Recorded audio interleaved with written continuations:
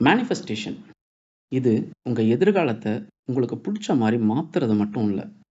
உங்க பாஸ்ட்ல இருக்கிற தேவையில்லாத பதிவுகளையும் முழுமையா மாற்றும் ஒரு சிறந்த முறை. பாஸ்ட்ல இருக்கிற தேவையில்லாத பதிவுகள சரி செய்யாம, உங்க எதிர்காலத்த நீங்க சரியா வடிவமைக்கவே முடியாது. 21 days to manifest your goal அப்படிங்கிற நம்ம வாட்ஸ்அப் சேனல்ல குடுத்திருக்கிற மேனிஃபெஸ்டேஷன் எழுதும் முறையில, உங்க கடந்த காலம், நிகழ்காலம், எதிர்காலம் இதெல்லாம் எப்படி பார்க்கணும்னு தெளிவா இருக்கும். ஒருவேள நம்ம வாட்ஸ்அப் சேனல்ல சேராம, இதுக்கு முன்னாடி போட்ட வீடியோவ பார்க்காம இத பார்க்குறவங்க, முடிஞ்ச வர அந்த வீடியோவையும், எழுதும் முறையும் பார்த்துட்டு இந்த வீடியோ பாருங்க. உங்களுக்கு ஒரு நல்ல புரிதல் கிடைக்கும். வீடியோ அண்ட் சேனல் லிங்க் கீழ டிஸ்கிரிப்ஷன்ல குடுத்துருக்கேன். நம்ம சேனல்ல குடுத்திருக்கிற எழுதும் முறைய எப்படி எழுதணும்? அத எழுதும்போது உங்க மனசு எப்படி இருக்கணும்? எப்படி அத நற்பவிங்கிற மகா மந்திரத்தோட இணைக்கணும்னு முழுமையா பார்க்கலாம். நான் குடுத்திருக்கிற எழுதும் முறையில 3 பகுதிகள் இருக்கும். முதல்ல உங்க கடந்த காலம், அதுக்கப்புறமா நிகழ்காலம், அதுக்கப்புறமா எதிர்காலம். உங்க கடந்த காலத்த பத்தி எழுதும்போது, உங்க மனசுல எந்தவித வருத்தமும் இல்லாம இருக்கணும். அது நடந்து முடிஞ்சிருச்சு. அத முழு மனசோட ஏத்துக்கிறேங்கிற மனநிலையில தான் நீங்க எழுதணும். ஏன்னா, அது முடிஞ்சிடுச்சு. நம்மால அத மாத்த முடியாது. ஆனா, அது மேல வருத்தம் இல்லாம அத ஒத்துக்கிட்டோம்னா, நம்ம மனசு நிம்மதியான மனநிலையில இருக்கும். மேனிஃபெஸ்டேஷன்ல இது ரொம்ப முக்கியம்.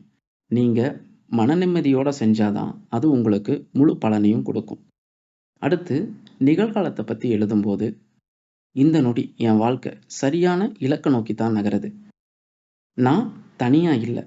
என் தேவைகள் எல்லாம் புரிஞ்சு, எனக்காகவே இந்த பிரபஞ்சம் எல்லாத்தையும் எனக்கு கொண்டு வந்து தருது. அப்படிங்கிறத முழுமையா உணர்ந்து, சந்தோஷமா, நன்றி உணர்வோட எழுதுங்க. அடுத்து உங்க எதிர்காலத்த பத்தி எழுதுறதுக்கு முன்னாடி, நீங்க உங்க எதிர்காலத்துல எப்படி இருக்கணும்னு உங்களுக்கு ஒரு டிசைர் இருக்கும். ஒரு சில வினாடி உங்க மனக்கண்ல அந்த விஷயத்த பாருங்க. நீங்க பார்க்குற அந்த காட்சி அவ்வளோ மகிழ்ச்சியா, ஆனந்தமா இருக்கிறத உணருங்க. அந்த நொடியில வாழுங்க. அப்புறமா இந்த சந்தோஷமான வாழ்க்கைய குடுத்த இந்த பிரபஞ்சத்துக்கு காதலோட உங்க நன்றி உணர்வா உங்க எதிர்காலத்த பத்தி எழுதுங்க. இப்படி நீங்க உள்ளுணர்வோட எழுதுனது உங்க மனசுல ஒரு நல்ல உணர்வ கொடுக்கும். அந்த உணர்வே ஃப்ரீக்வென்சியா மாறும். அப்படி நீங்க மாத்துனதுக்கு அப்புறமா, நீங்க வாழ்ற வாழ்க்கை உங்களுக்கு எல்லாத்தையும் முழுமையா கொண்டு வந்து கொடுக்கும். உங்க கடந்த காலம், நிகழ்காலம், எதிர்காலம் இந்த 3யும் எப்படி எழுதணும்னு இப்ப உங்களுக்கு தெரிஞ்சிருக்கும். இப்ப இத எப்ப எழுதணும்? எத்தன டைம் எழுதணும்னு ஒரு கேள்வி வரும். எழுதுற நேரம்னு கேட்டீங்கன்னா, நீங்க காலையில தூங்கி எழுந்ததும், அப்புறமா நைட்டு தூங்க போறதுக்கு முன்னாடி, இப்படி 2 டைம் எழுதணும். எத்தன முறை எழுதணும்? மேனிஃபெஸ்டேஷன்ல கவுண்ட் பண்ணி எழுதுனா, அது சரியானதா இருக்காது. ஏன்னா, உங்க மனசு அந்த நம்பர்ஸ் மேல தான் இருக்குமோ தவிர, நீங்க எழுதுற எழுத்துக்கள் மேல இருக்காது. அது எழுத்துக்களாவே இல்ல, அது உணர்வா மாறணும்.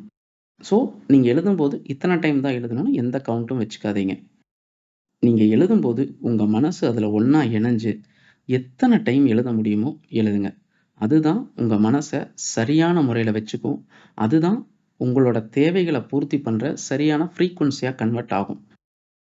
இத பயிற்சி பண்றவங்க உங்க எக்ஸ்பீரியன்ஸ வாட்ஸ்அப் நம்பருக்கு ஷேர் பண்ணுங்க. வாட்ஸ்அப் நம்பர் வந்து நான் சேனல்லயே குடுத்துருக்கேன். அதே மாரி இத எப்படி நற்பவிங்கிற மகா மந்திர சொல்லோட இணைக்கணும்னா, இப்ப நம்ம ஒரு நாள்ல நெறைய விஷயங்கள கடந்து வருவோம். சில நேரங்கள்ல அது சந்தோஷமாவும் இருக்கும். சில நேரங்கள்ல நமக்கு விருப்பப்படாத விஷயமாவும் இருக்கும். இப்படி எது நடந்தாலும், அந்த மாரியான நொடிகள்ல நீங்க உங்க நாக்க மடிச்சு உங்க மேலெண்ணம்ல படுற மாரி வச்சுக்கிட்டு, நற்பவி அப்படிங்கிறத சொல்லுங்க. இந்த நற்பவி அப்படிங்கிறது எதோட கனெக்ட் ஆனதுன்னா, நீங்க எழுதும்போது உங்க எதிர்காலமா ஒரு விஷயத்த நீங்க பார்த்தீங்க இல்லையா? ஒரு இடத்துல வாழ்ந்தீங்க இல்லையா? அது கூட கனெக்ட் ஆனா தான் இந்த வார்த்தை. நீங்க நற்பவின்னு எப்பப்பலாம் சொல்றீங்களோ, அப்பப்பலாம் நீங்க அங்க வாழ்ந்த வாழ்க்கையோட இமேஜ் உங்களுக்கு வரும். இதுவுமே உங்க மனச ரொம்ப அமைதியா வச்சுக்கும். நல்ல ஃப்ரீக்வென்சியா அத எமிட் பண்ணும். அது உங்களுக்கு தேவையானத ரொம்ப ஈஸியா உங்ககிட்ட கொண்டாந்து குடுத்துரும். இப்படித்தான் இந்த நற்பவிங்கிற அந்த மகா மந்திர சொல்ல உங்களோட ஒவ்வொரு நாள்லயும் நடக்கிற ஒவ்வொரு விஷயத்து மேலயும் இணைக்கணும். இப்படி இணைச்சிட்டீங்க அப்படின்னாவே, நீங்க கேட்கறதெல்லாம் நீங்க கேட்ட மாரியே நடக்கும். இந்த விஷயம் செய்யும்போது உங்களுக்கு ஒரு 2 விஷயம் நடக்கும். 1 உங்களுக்கு தேவையில்லாததெல்லாம் உங்கள விட்டு வெளிய போயிரும். இன்னொன்னு உங்களுக்கு தேவையானதெல்லாம் உங்க பக்கத்துல வரும். இப்ப நீங்க கேட்கலாம், எனக்கு தேவையானது, தேவையில்லாததுங்கிறத நான் எப்படி தெரிஞ்சுக்கன்னு சொல்லி. அது உங்க மனசுலயே ஒரு இன்ட்யூஷனா நடக்கும். இன்னொன்னு நீங்க இந்த ஃப்ரீக்வென்சிக்குள்ள வந்துட்டாவே, உங்களுக்கு தேவையில்லாது அப்படிங்கிறது உங்க பக்கத்திலேயே வராது. ஸோ, உங்களுக்கு தேவையானது மட்டும் தான் உங்க பக்கத்தில இருக்கும். இப்ப எப்படி எழுதணும்னு முழுமையா புரிஞ்சிருப்பீங்க. அத முழு மனசோட செய்யுங்க. இன்னும் மனம் பற்றி ஒரு புரிதல் வேணும்னா, சித்த சக்தி ரகசியம்னு நம்ம ஒரு ஒன் ஆன் ஒன் கிளாஸ் எடுக்கிறோம். அதுல ஜாயின் பண்ணுங்க. அதுல மனம் சார்ந்த இன்னும் முழுமையான புரிதல் உங்களுக்கு கிடைக்கும். நம்ம மனசுக்கு பயம் இருக்கா? நம்ம மனசு எப்படி ரியாக்ட் ஆகுது? நம்ம மனசு ஏன் ஒரு விஷயத்த நம்ம சொல்லும்போது கேட்க மாட்டேங்குது? இப்படிங்கிற மாரியான விஷயத்துக்கெல்லாம் சரியான ஒரு புரிதல அந்த சித்த சக்தி ரகசியம்ங்கிற அந்த வகுப்பு உங்களுக்கு குடுக்கும். என்னைப் போன்றே என் எதிரே அமர்ந்திருக்கும் அனைத்து சக உயிர்களும் வளமுடன் வாழ்க! நன்றி.